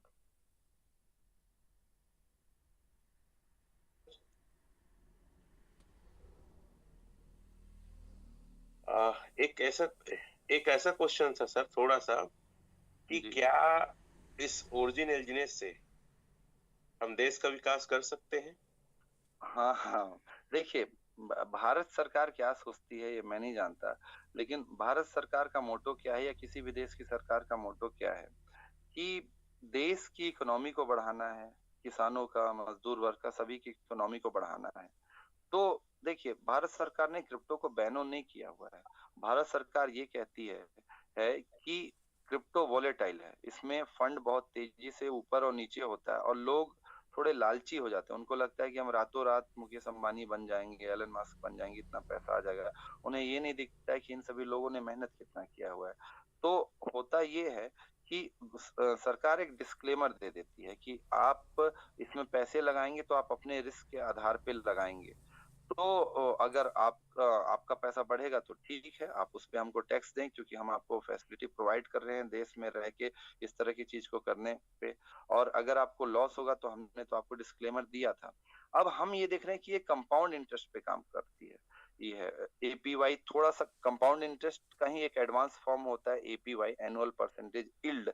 इल्ड का मतलब होता है जैसे आप खेती करते हैं, उपज जिसको हम बोलते हैं, कि आपने टमाटर लगाया 5 किलो बाड़ी में, 5 किलो टमाटर आपका क्या कहते हैं, मान लेते हैं 25 किलो हो गया 3 महीने में, तो आपने खाद बीज पानी दिया तो 5 किलो से 25 किलो हुआ, तो आपको यील्ड प्राप्त हुआ ना। अब टमाटर का प्राइस डाउन भी हो जाएगा तो भी आपके पास 25 किलो, आप लॉस में नहीं जाएंगे। तो ओरिजिन बोलती है हम भी तो यही काम कर रहे हैं, क्या एपीवाई कर रहे हैं, हम आपको टोकन के रूप में यील्ड देते जा रहे हैं, एनुअल परसेंटेज यील्ड। तो अगर आपके पास यील्ड में आपके पास पेशेंस है तो आपके पास टोकन की संख्या इतनी बढ़ेगी कि आप लॉस में लॉन्ग विजन पे तो जाएंगे भी नहीं। और इनका लॉन्ग विजन भी बाकी प्रोजेक्ट के हिसाब से बहुत शॉर्ट विजन होता है, क्योंकि बाकी चीजों में पोस्ट ऑफिस में म्यूचुअल फंड में लॉन्ग विजन 5 साल 10 साल होता है, यहाँ तो 1 साल ही लॉन्ग विजन हम मानते हैं, और शॉर्ट विजन तो एक्सट्रीम शॉर्ट विजन होता है। तो जब हम इतने कम समय में इतना अच्छा ग्रोथ हो सकता है तो लोगों के पास पैसा आएगा, लोगों के पास पैसा आएगा तो लोग परचेस करेंगे तो देश की जो जीडीपी का पीपीपी है, परचेसिंग पावर पैरिटी, वो बढ़ेगा। अभी जैसे कि सरकार ने टैक्सेशन कम किया, लोगों ने सामान खरीद, बहुत सारा चीज खरीदा, तो जो टैरिफ यूएसए ने लगाया उसका बहुत ज्यादा असर नहीं हुआ। तो अगर इस तरह का कोई प्रोजेक्ट है जो डिसेंट्रलाइज है, इकोनॉमी इसको पूरी तरह से डिसेंट्रलाइज कर रहा है, तो लोगों के पास पैसा आएगा, तो पैसा आएगा तो लोग खरीदेंगे। और सरकार का अल्टीमेट मोटो क्या है कि लोगों के पास पैसा है तो लोग खरीदें, लोगों के पास पैसा आना, लोग खरीदे, मतलब देश का विकास होना। तो हम क्यों नहीं देश का विकास कर सकते हैं, बिल्कुल संभव है। तो यहाँ यहाँ से हम इनकम करते हैं, तो गवर्नमेंट को ऐसा टैक्सेशन भी हमें सहयोग करना चाहिए। बिल्कुल करना चाहिए, क्यों नहीं करेंगे, करना चाहिए ये। और अगर आप नियमों को वायलेट करते हैं तो सरकार के जो भी नियम है आप उस के वायलेशन में मतलब कार्रवाई भी हो सकती है आपके ऊपर। तो आप नियमों को जानें और उस अनुरूप कार्य करें आप। Thank you sir. अच्छा, आज कई लोग ये बोल रहे हैं कि सर अभी ओरिजिन को लगभग 2 साल होने वाला है, 1.5 साल प्लस ऊपर हो गया है, तो क्या हम कुछ बड़ा स्टेकिंग अमाउंट लगा सकते हैं अराउंड 50 to 1 CR? इस पर आपका क्या विचार है सर? देखिए, फिर से स्क्रीन शेयर करता हूँ मैं, और इस प्रश्न का उत्तर आपको स्क्रीन शेयर से मिलेगा। देखिए, पैसा लोगों का है, किसी व्यक्ति के लिए 1 रुपए भी बहुत इंपॉर्टेंट है, किसी व्यक्ति के लिए 1 CR भी बहुत इंपॉर्टेंट है, किसी व्यक्ति के लिए 100 CR भी कोई बड़ी बात नहीं है। अब अगर आप इसको देखेंगे, एक सेकेंड, तो हम आते हैं डेस्क स्क्रीनर पे, और ये जो बाय एंड सेल चल रहा है, मैं एक काम करता हूँ, यहाँ पास डाई को उदाहरण के लिए 50,000 कर देता हूँ, $50,000, इसके ऊपर देखते हैं, ठीक है। तो प्रोजेक्ट की ब्यूटी समझने के बाद मैं ये बोलूंगा, हमने प्रोजेक्ट, अब ये एड्रेस है, चलिए तो एमएम है, उसके बाद आप ये एड्रेस देखिए, ये एड्रेस आप देख रहे हैं B95, ये एड्रेस देख रहे हैं BB, ये 50 लाख रुपए तो अभी मैंने देखा कि ये बाय किए इन्होंने, 3 करोड़ 34 लाख रुपए करीब बाय किया। तो समझ रहे हैं प्रोजेक्ट की ब्यूटी को, पैसा उनका है, उनको कैलकुलेशन करना है। तो किसी व्यक्ति के लिए 1 करोड़ काफी है, किसी व्यक्ति के लिए 100 करोड़ भी छोटी चीज है। तो यहाँ पास तो लोग बाय एंड सेल कर ही रहे हैं, और प्रोजेक्ट में मुझे ऐसा कोई नेगेटिव चीज तो दिखा नहीं है। अब पैसा व्यक्ति का है तो डिसीजन उनका होगा, मैं कोई फाइनेंशियल एडवाइजर तो नहीं हूँ, तो निर्णय तो उनको लेना है। मैं तो डेटा दिखा सकता हूँ, डेटा दिखा रहा हूँ, डेटा में ये देखिए, ये सब तो बाय एंड सेल हो रहा है, 5-5 करोड़ तक भी हो रहा है। तो अब लोगों को समझना है कि उनको 5 लाख लगाना है, 10 लाख लगाना है, 10 करोड़ लगाना है, देश की उससे कितना पैसा बनाते हैं, फिर कितना टैक्सेशन देना है। क्योंकि लोग, ये प्रश्न तो उसी तरह का है जैसे बिटकॉइन भी है, और ऑलरेडी टॉप 30 का मार्केट कैपिटलाइजेशन के हिसाब से मैंने प्रोजेक्ट दिखा दिया। अब लोग तो पैसा, ऐसे भी प्रोजेक्ट हैं, जैसे इधर मैं नीचे चले जाता हूँ, वीचन में भी लगाएंगे, 56 नंबर पे आके ट्रेडिंग वॉल्यूम तो चल ही रहा है, इसमें भी लगाएंगे, जुपिटर पे भी लगाएंगे। तो जब इधर पैसे लगा सकते हैं तो ऐसा कोई मैथमेटिकल रीजन नहीं दिख रहा। देखिए, बिटगेट टोकन भी है जो BGB है, जिसका आज हम सबसे ज्यादा उपयोग करते हैं, बिटगेट वॉलेट का, उससे भी ज्यादा का मार्केट कैपिटलाइजेशन आज की डेट में ओरिजिन हो चुका है। क्यों? क्योंकि ये डिसेंट्रलाइज प्रोजेक्ट है, इसलिए आपको इसमें डायरेक्ट में नहीं दिखता है। क्योंकि ये जो कॉइन मार्केट कैप है ये भी सेंट्रलाइज है, इसलिए दिखाता नहीं, इसके डेक्स में दिखता है। जैसे मैं यहाँ पास ओपन करूंगा LGNS, तो इसके डेक्स में दिखता है, क्योंकि ओरिजिन ये बोलती है कि हम कॉइन मार्केट कैप को क्यों पैसा दें भाई, हम पैसा लोगों के लिए रखें। लेकिन कॉइन मार्केट कैप का अब मजबूरी हो गया कि नहीं, ये प्रोजेक्ट इतना बड़ा होते जा रहा है कि इनका जो विजन है वो बढ़ रहा है, तो हमको इसको रजिस्टर करना पड़ेगा, तो रजिस्टर कर लिया। तो यहाँ पास ये 3,600 13 पे दिखता है। क्यों? क्योंकि ये डिसेंट्रलाइज है। लेकिन अगर आप मार्केट कैप असली में देखना चाहते हैं तो यहाँ डेस्क स्क्रीन से दिखता है, जो मैंने दिखाया, टॉप 30 का प्रोजेक्ट है। अब अगर आप ये प्रश्न पूछ रहे हैं कि सर हम पैसा लगाएं कि नहीं लगाएं, टॉप 30 का ऑलरेडी प्रोजेक्ट है। लोग तो पैसा पता नहीं 100 के पता नहीं कहाँ कहाँ लगा देते हैं। तो क्या यहाँ नहीं लगाया जा सकता? और लगाया जा सकता है। तो जो लोग इसको समझे हैं वो ऑलरेडी 2-2 करोड़, 3-3 करोड़, 10-10 करोड़ भी लगा रहे हैं। और जो लोग नहीं समझ रहे हैं उनके लिए 5,000 रुपए भी काफी है लगाना। वो सोचते नहीं हमारा लॉस हो सकता है। सर निर्णय ये आपको लेना है, निर्णय आपको बायर लेना है। सर बायर्स बोल रहे हैं, उसको थोड़ा अच्छे से एक्सप्लेन करके दिखाएंगे सर, कितने बड़े बड़े व्हेल या बायर्स आज या कल में ये आएंगे? आप खुद देखिए, ये C4 तो चलिए एएमएम है। एएमएम मतलब ऑटोमेटिक मार्केट मेकर, जो मतलब रेट के मैकेनिज्म को क्या कहते हैं मेंटेन करने का प्रयास करता है। लेकिन ये आप देखें, ये एड्रेस देखें आप, ये एक अलग एड्रेस है। ये देखिए $72,000, 72 लाख समझ लीजिए। ये आपका उसके बाद फिर यहाँ पास देखिए 50 लाख, फिर उसके बाद आप ये देखिए 3,34,00,000, मतलब लगभग 3,35,00,000 हो गया है। फिर उसके कब तक बाद सर? 3 करोड़ कब तक? ये तीन देख करोड़ रहे हैं, ये वाला आप हम्म, देखें अच्छे से, ये देखिए हम्म। ना, 25 अक्टूबर, ये देखिए पॉलीगॉन पे जाके वेरीफाई कर लीजिएगा। हाँ, 3 4 मतलब $3,34,997।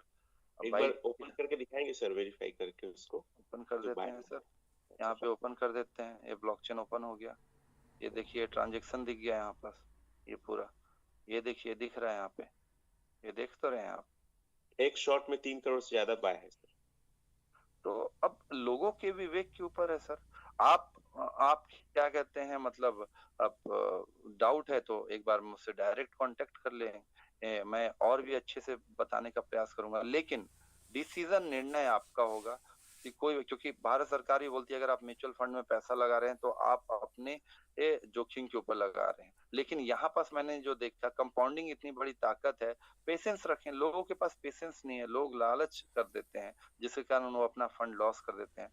कुछ पेशेंस रखें, आपका फंड नहीं लॉस होगा। विशेष अगर आपको है तो आप मिल सकते हैं मेरे से, रमेश सर के माध्यम से आ जाए, डिटेल में दिखा दें। क्योंकि अगर आपको लग रहा है वो बड़ा फंड है तो आप ज्यादा डिटेल में एक सेशन में नहीं समझ पा रहे हैं, तो स्वागत है आपका, मैं बताने का प्रयास करूंगा। ज्ञान देना ही मेरा उद्देश्य है, दे देंगे। हाँ सर, एक और सवाल आता है, इसका जी, रेट मिनिमम कितना जा सकता है और कब ये जा बड़ा सकता अच्छा सवाल है, बहुत मस्त सवाल है। देखिए, as per the mechanism, mechanism ये है कि ट्रेजरी में, जो ट्रेजरी बॉन्ड है या जो कोड है, उन्होंने एलजीएनएस के प्राइस को, ध्यान से समझिएगा इसको, एलजीएनएस के प्राइस को उन्होंने 1 डाई से बैक्ड किया है। तो मिनिमम जो रिस्क फ्री वैल्यू अभी मैंने आपको दिखाया जिसमें 56 करोड़ डॉलर थे, कभी भी जो प्राइस है $1 के नीचे नहीं जाएगा, 1 डाई के नीचे नहीं जाएगा। क्योंकि जैसे ही 1 डाई के नीचे जाएगा ट्रेजरी बॉन्ड एक्टिवेट हो जाएगी, वो स्मार्ट कॉन्ट्रैक्ट एक्टिवेट हो जाएगा, और वो एक साथ, मैं जो समझ पाया हूं अभी तक की स्टडी में, वो एक साथ 50 जितना उसमें है उतने के एलजीएनएस बाय कर देगा। तो 50 से 60 करोड़ डॉलर, अभी हमें $3 लाख में ही हमारा हालत खराब हो गया, 50 से 60 करोड़ डॉलर की चीज को बाय करेगा। और जितने एलजीएनएस बाय करेगा स्वयं ओरिजिन का स्मार्ट कॉन्ट्रैक्ट, उतने सारे एलजीएनएस को बर्न भी कर देगा। जब एक ही बार में 50 से 60 करोड़ बाय होंगे तो आप सोचिए कितना बड़ा वॉल्यूम आएगा। तो लोग पागलों टाइप से वापस से खरीदना स्टार्ट कर देंगे, फिर से मैकेनिज्म ऊपर चला जाएगा। ये उन्होंने बैकअप फंड बनाया रिजर्व में। रिजर्व में मतलब आप समझे कि 15 लीटर का आपकी बाइक का पेट्रोल है, या फिर कार, बाइक से लेते हैं उदाहरण अच्छा रहता है, 15 लीटर का आपकी बाइक की टंकी है जिसमें रिजर्व 2.5 या 3 लीटर पे लगता है। तो आपके गाड़ी में मान लेते हैं अभी 12 लीटर पेट्रोल है, तो 12 लीटर या 13 लीटर मान लीजिए, अभी 13 का रेट चल रहा है, 13 लीटर का पेट्रोल है आपका। 13 लीटर घटते घटते कहाँ पास पहुंच जाता है, पहुंच जाता है आपका $9 के आसपास में।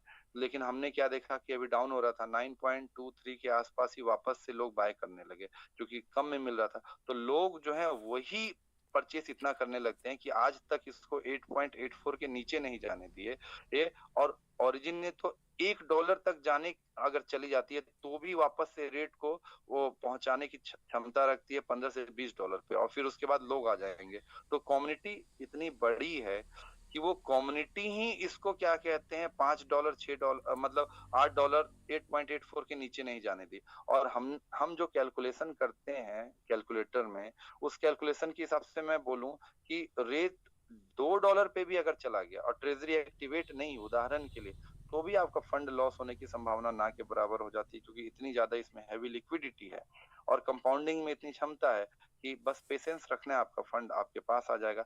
और $2 जाएगी तो मैं क्या, पता नहीं कितने बड़े बड़े लोग हैं, दो क्या, $5 तक, $8 से नीचे नहीं जाने देंगे, $6 से नीचे उससे पहले ही बाय कर लेंगे, क्योंकि इस लेवल पे लोगों को प्रॉस्परस बना रहा है ये। तो साफ साफ बात ये है कि इतना, मतलब कि आपका क्या कहते हैं, मतलब कि अच्छा प्रोजेक्ट है, तो लोग इस तरह के प्रोजेक्ट को हाथ से क्यों जाने देंगे। तो इसीलिए प्राइस डाउन भी हुआ, $5 $6, एक उदाहरण बना, तो भी लॉस नहीं होना है। $1 पे तो खुद ट्रेजरी बाय कर लेगी। तो मैं तो $2 $1 पे भी कैलकुलेशन करूं तो भी लॉस नहीं होता है जनरली। जी हाँ सर। सर आप बार बार एक शब्द यूज करें, ट्रेजरी फंड।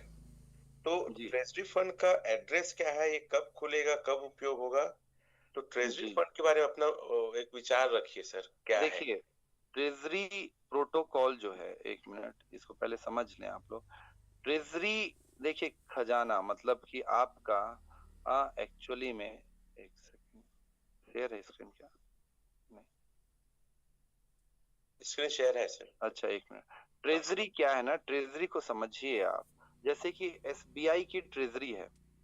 आरबीआई ने गोल्ड कहाँ सुरक्षित रखा है, ये आपको बता देगी, हमको बता देगी कि जाएं आरबीआई के पास, इतने गोल्ड सुरक्षित हैं और उस गोल्ड के ही आधार पे इतने देश में क्या कहते हैं आपके पैसे प्रिंट हो रहे हैं। तो बस अगला कोई अटैक किया देश में, कुछ विकट परिस्थिति हुई, लोग उसी को करेंगे। तो ट्रेजरी में इतने पैसे रखे हुए हैं, उसको प्रोटोकॉल आसानी से नहीं बताएगी ये, लेकिन उसका मैकेनिज्म है, वो एड्रेसेस हैं। अगर वो चीज पता चल गई, उसका कोड पता चल गया, तो लोग कॉपी करेंगे, कॉपी करेंगे, हैक करने का प्रयास करेंगे, लोगों का पैसा रिस्क पे जाएगा। तो ओरिजिन उसको अपने पास सेफ रखती है एक मैकेनिज्म के थ्रू, लेकिन उसके बाद भी करने का है तो थोड़ा बहुत ज्यादा गहराई में अध्ययन करना पड़ेगा। इसलिए ओरिजिन अपने ये क्या कहते हैं डेप्थ पे उसको दिखाती है कि इतने पैसे हैं, और लिक्विडिटी पूल के माध्यम से, डिप्लॉयमेंट के माध्यम से, पॉलीगॉन का जो हमारा ब्लॉकचेन, उसके माध्यम से आप इसको संभव पता कर सकते हैं, लेकिन ये काफी टेक्निकल होता है। तो क्या है कि सारे कोड ओरिजिन ओपन नहीं कर सकती है, अगर सारे कोड ओपन कर देगी ओरिजिन, तो कल को डेट में, जैसे कॉइन डीसीएक्स हैक हुआ था, वजीर एक्स हैक हुआ था, ये भी हो जाएगा कल के डेट में। ये ठीक है, डिसेंट्रलाइज है, लेकिन लोग एडवांस टेक्नोलॉजी यूज कर लेंगे, which is like the quantum mechanics use कर लिए, क्वांटम प्रोग्रामिंग यूज कर लिए, जिसके ऊपर ओरिजिन खुद काम कर रही है, इसके ट्वीट पे है, वो भी मैं दिखाऊंगा। तो मतलब 10 साल बाद की टेक्नोलॉजी के ऊपर ओरिजिन अभी से काम कर रही है। तो और लोग सोचते हैं 2 महीना 3 महीना बाद चल जाएगा, एक कैलकुलेशन बता रहा हूँ, 10 साल बाद, 5 साल बाद की टेक्नोलॉजी पे ओरिजिन काम कर रही है, 14 साल से काम करके यहाँ तक पहुंची है, तो इसका विजन कहाँ तक आगे का है। तो मैं जो समझ पाया हूँ, मैं गलत हो सकता हूँ, दुनिया में कोई भी क्या कहते हैं ज्ञाता तो है नहीं, मैं भी पढ़ ही रहा हूँ, समझ ही रहा हूँ। तो इस हिसाब से तो क्या कहते हैं, ये प्रोजेक्ट नेवर एंडिंग है, और उसने सिक्योरिटी के लिए ट्रेजरी में इतने फंड जो है सिक्योर तरीके से रखे हुए हैं। उसके कॉन्ट्रैक्ट को जान पाना आसान चीज नहीं है, लेकिन मैं प्रयास करूंगा। लेकिन बात वही है ना कि अगर मैं आपको दिखाऊंगा, इधर उधर से रिसर्च करूंगा, तो वो थ्रेट है। अकेले में मिले, देखें, अगर ज्यादा इच्छा है तो बिल्कुल बताऊंगा, पब्लिकली नहीं। Thank you sir. एक और सवाल आता है अक्सर कि अलग अलग प्लेटफॉर्म में कई बार इसको स्कैमर दिखाता है, हिडन ऑनर दिखाता है, तो वो क्यों दिखाता है और क्या ये सही है? बहुत ही अच्छा प्रश्न है, चलिए इस प्रश्न को भी लेते हैं और इस प्रश्न को स्क्रीन और शेयर मैं करा चाहता हूँ देते सर, हैं। किस किस प्लेटफॉर्म में हिडन ऑनर या स्कैम स्पैम दिखाता है वो भी दिखा दीजिए तो और अच्छा रहेगा सर। ठीक है, देखिए, हिडन ऑनर का जो हिसाब है, देखिए इसको समझने के लिए हम आते हैं सटिक पे, और इसको समझने के लिए आपको और मेरे को थोड़ा सा सॉफ्टवेयर डेवलपमेंट कैसे होता है वो समझना पड़ेगा। एक मिनट, वापस से हम लोग हाँ सटिक पे आते हैं। देखिए, मैंने बोला था इस प्रश्न का उत्तर दिया जाएगा, स्काईनेट स्कोर अंडर एवोल्यूशन। देखिए, जब कोई सॉफ्टवेयर डेवलपमेंट होता है, जब मैं एज अ सॉफ्टवेयर इंजीनियर था आईटी इंडस्ट्री में, तो मैं भी एक प्रोजेक्ट के ऊपर काम कर रहा था जो सैटेलाइट से रिलेटेड हो सकती है। तो मैं केवल उसका एक पार्ट बना रहा था, ऐसे करके बहुत सारे इंजीनियर्स की टीम होती है, उन लोग भी बना रहे होते हैं। कुछ लोग जैसे मान लेते हैं टाटा कंपनी में काम कर रहे हैं कोई नई गाड़ी के ऊपर, तो कोई डिजाइनिंग के पार्ट में, और डिजाइनिंग में भी 10 लोग होते हैं, 10 टीम होती है जो इसको डिजाइन करेगी। और ये सारे जो अलग अलग जो टीम होती है, अलग अलग जो डेवलपमेंट होता है, उसको बोला जाता है मॉड्यूल। फिर वो सारे मॉड्यूल को इंटरलिंक किया जाता है, मतलब आप समझिए कि कंप्यूटर के अलग अलग पार्ट हैं, सबको असेंबल किया जाएगा और फिर उसके बाद बनाया जाएगा। अब ओरिजिन इतना बड़ा प्रोजेक्ट है कि ओरिजिन का तो अभी सेकेंड फेज चल रहा है। पहला फेज कंप्लीट हुआ ओरिजिन, सेकेंड फेज अवेकनिंग चल रहा है, और थर्ड फेज जिसमें RW बहुत सारे फ्यूचरिस्टिक चीजें हैं, क्रेडिट कार्ड, आर फिर आपका गोल्ड लोन, बहुत सारी चीजें हैं, वो थर्ड फेज है। तो सॉफ्टवेयर के मॉड्यूल जब अलग अलग, स्मार्ट कॉन्ट्रैक्ट के मॉड्यूल जब अलग अलग क्या कहते हैं आते हैं, तो इनको इंटरलिंक किया जाता है। तो अभी तक इंटरलिंकिंग पूरा हुआ ही नहीं है, और 2 बार क्या कहते हैं इसका ऑडिट हो चुका है। तो इसीलिए जब तक पूरा चीज डिप्लॉय ना हो जाए तब तक स्काईनेट स्कोर अंडर इवोल्यूशन ही दिखाएगा। बहुत सारे ऐसे प्रोजेक्ट होते हैं जिसमें 1 smart contract, 2 smart contract, 5 smart contract act को क्या किया उन्होंने, मतलब डिप्लॉय किया, ऑडिट कराया, और वहां पे स्कोर आपको 90 के ऊपर दिखेगा, 70 के ऊपर दिखेगा, 100 भी दिख जाएगा। लेकिन अभी आपको पता ही है, कुछ समय पहले, कुछ दिनों पहले ही एक ऐसा प्रोजेक्ट था, हाँ, जिसका स्कोर काफी अच्छा दिख रहा था और वो स्कैम करके चला गया। तो सटीक का काम स्कैम को डिटेक्ट करना नहीं है, सटीक का काम ये है कि इस तरह के इसमें कोड है, इस तरह के इसमें प्रॉब्लम हो सकते हैं, ये चीज हो सकते हैं, उसको बताना। अब अलग अलग प्लेटफॉर्म, चाहे वो बिटगेट पे दिखाता है, मैं नाम बता दे रहा हूँ कि स्कैम अलर्ट दिखा दिया, और फिर हाईली रिस्की दिखा दिया, टोकन पॉकेट पे मान लेते हैं नहीं दिखाता है, मेटामास्क पे दिखा दिया। तो देखिए ये क्रिप्टो है सर।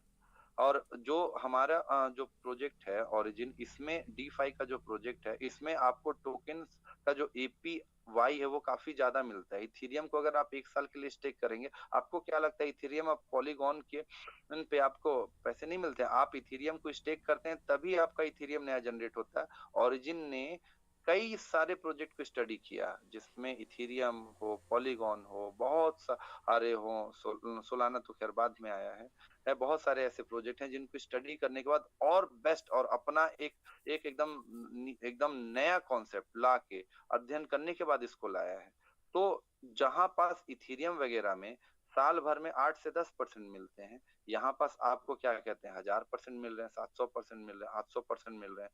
तो अभी तक जितने भी तरह के ये सब वॉलेट हैं, वो तो आपको एक अलर्ट देंगे ना कि हाईली रिस्की हो सकता है, क्योंकि यहाँ पास क्या हो सकता है आपका कि वोलेटाइल है, मतलब तेजी से रेट बढ़ सकता है, तेजी से रेट डाउन हो सकता है, तो ये रिस्की हो सकता है। आप अपने विवेक के अनुरूप इसमें पैसा लगाएं। दूसरा चीज जो है, ये जो SLGNS का स्मार्ट कॉन्ट्रैक्ट है 725 वाला, वो स्मार्ट कॉन्ट्रैक्ट कोड को इन्होंने पब्लिकली नहीं दिखाया है। क्यों? क्योंकि वो स्टेकिंग का स्मार्ट कॉन्ट्रैक्ट, फिर पब्लिकली दिखाएंगे इनकी कोड चोरी होंगे। इनके कोड डिप्लॉय किया है, वो कोड सटिक के पास जा सकता है, लेकिन डिप्लॉय किया है यहाँ पास। तो सिंपल सा बात ये है कि वो कोड को पब्लिकली नहीं दिखाया इन्होंने, पब्लिकली दिखाने का मतलब है रिस्क होना। तो वहां पास जो ये अलग अलग वॉलेट हैं, पहली बात तो जो बिटगेट है, ये वॉलेट है, ये सब ऑडिटिंग एजेंसी नहीं है, ऑडिटिंग एजेंसी सर्टिक है, आर्मर है, ऐसे करके अलग अलग लैब्स हैं ऑडिटिंग करने के। तो ये सब जो बहुत ऊपरी स्तर पे देखते हैं AI का यूज करके, चाहे वो बिटगेट हो चाहे ये हो, तो वहां पास डिस्क्लेमर के रूप में वो लिख देते हैं स्कैम अलर्ट। ये अगर स्कैम अलर्ट होता, देखिए मैं फिर भी, चलिए मैं मान लेता हूँ, क्योंकि एक साधारण यूजर जो है वो देखेगा तो शुरुआत बार में उसको लगेगा अरे ये तो स्कैम हो सकता है। तो देखिए हमारे देश की मीडिया ने तो बिटकॉइन को भी स्कैम ही कहा था, बबल कहा था, इथेरियम को भी कहा था कि बिटकॉइन को तो बैन कर दिया गया। 2017 से तो मैं डायरेक्टली इन्वॉल्व हूँ इस इंडस्ट्री में, और मैं देख रहा हूँ, और तब से लेके क्या कहते हैं ना बिटकॉइन बैन हुआ ना बैन किया जा सकता है, क्योंकि उसकी कॉन्सेप्ट ही ऐसे है और लगातार वो बढ़ ही रहा है। तो अगर इस तरह कोई चीजें थोड़ा गहराई में अध्ययन करें कि उसके पीछे का कारण क्या है, बहुत ऊपरी स्तर पर लिखा हुआ है।